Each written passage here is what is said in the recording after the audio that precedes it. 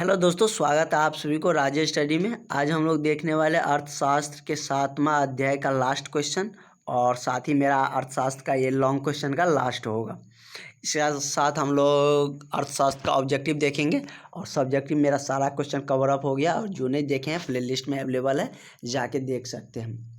तो यदि आप 10th का अच्छा से प्रिपरेशन करना चाहते हैं तो ज़रूर सभी वीडियो देखें और अच्छा से आप नोट्स बना लें ताकि आपको एग्ज़ाम में कोई भी क्वेश्चन ना छूटे, चाहे वो थ्योरी का हो चाहे ऑब्जेक्टिव का। ऑब्जेक्टिव अब हम आपको कराएंगे और थ्योरी वाला आपको करा ही चुके हैं। और थ्योरी और ऑब्जेक्टिव क्वेश्चन हम एक अलग लेवल से कराएंगे आपको, जिसमें आपको बहुत ही शॉर्टली थ्योरी बताते हैं 2-3 मिनट का, जिससे आपका सारा के सारा ऑब्जेक्टिव क्वेश्चन उसमें आपका कवर अप हो जाता है। तो चलिए हम आज का क्वेश्चन देखते हैं। इससे पहले यदि चैनल पर नया है तो सब्सक्राइब जरूर करिएगा और दोस्तों में शेयर भी कर दीजिएगा। मेरा क्वेश्चन है आज का कि उपभोक्ता संरक्षण अधिनियम 1986 ईस्वी का मुख्य विशेषता के बारे में लिखे।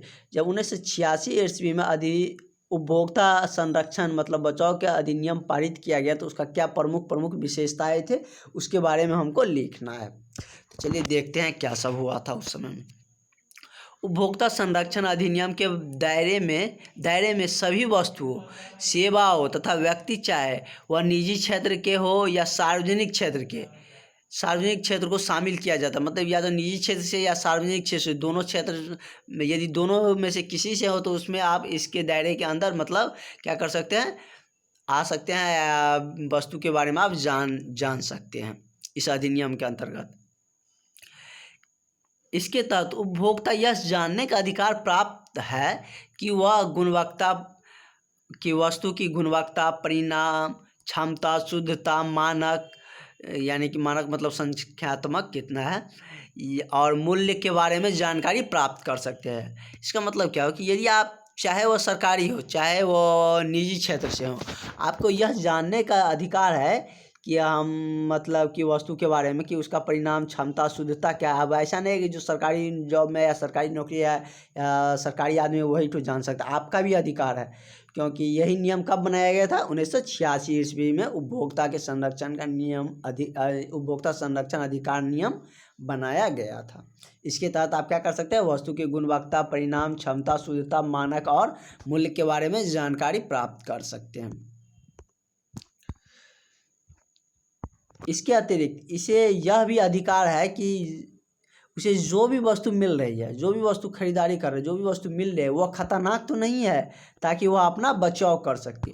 यह भी उसके बारे में जानना जरूर, वस्तु के बारे में जानना जरूरी है। मेरा पहला मतलब इसके पहले वाला क्वेश्चन का यही कोई यानी कि पॉइंट था मेरा कि क्या था कि सूचना के सुरक्षा का अधिकार, यानी कि उपभोक्ता का कौन कौन सा अधिकार है। इस क्वेश्चन का मेरा पहला पॉइंट क्या था, सुरक्षा का अधिकार।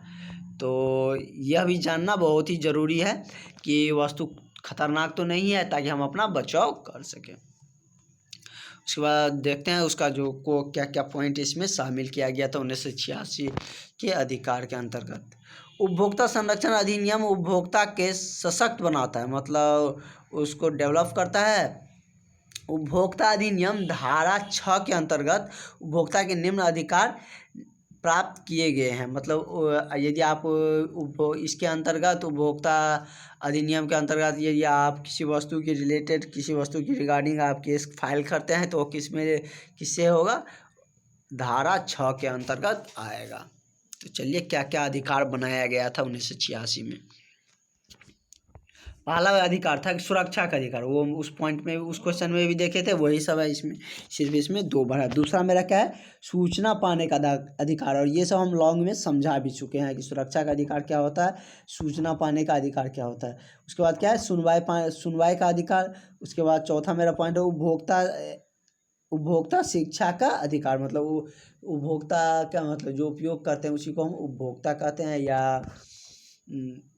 या मतलब ये हुआ कि आप यदि कोई वस्तु खरीदते हैं या लेते हैं, उपभोक्ता मतलब वही हुआ जो लेता है, तो उसमें आपको उसके रिलेटेड, उसके रिगार्डिंग आपको मतलब नॉलेज होनी चाहिए, उसके बारे में आपको जानकारियाँ होनी चाहिए। तो वो कहाँ से आएगा, जब तक शिक्षित नहीं रहिएगा तब तक होगा नहीं। उसके बाद मेरा नेक्स्ट पॉइंट है वो पॉइंट 5 देखते हैं, शिकायत का अधिकार। यदि इसमें ये भी कहा गया कि आप शिकायत भी कर सकते हैं। ये 1986 में जो अधिनियम पारित हुआ था उसमें कहा गया कि यदि आपको डिफ़ॉल्ट फीस या कोई चीज़ मिलता है तो आप इसके अंतर्गत क्या कर सकते हैं, शिकायत भी अपना कर सकते हैं।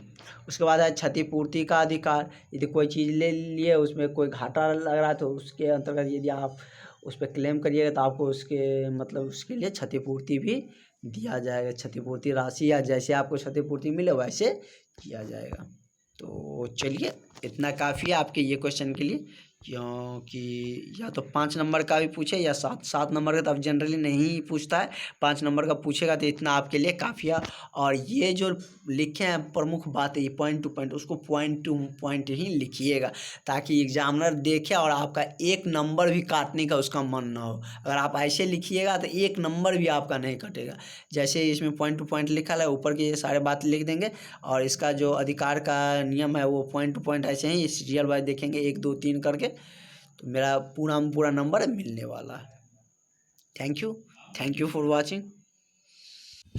नेक्स्ट वीडियो में हम लोग मिलेंगे। नेक्स्ट मतलब सोशल साइंस के देखेंगे हम लोग, भूगोल के बारे में, ज्योग्राफी हम लोग डील करेंगे। उसमें दो या बहुत कम ही चैप्टर हुए हैं तो उसी को देखेंगे।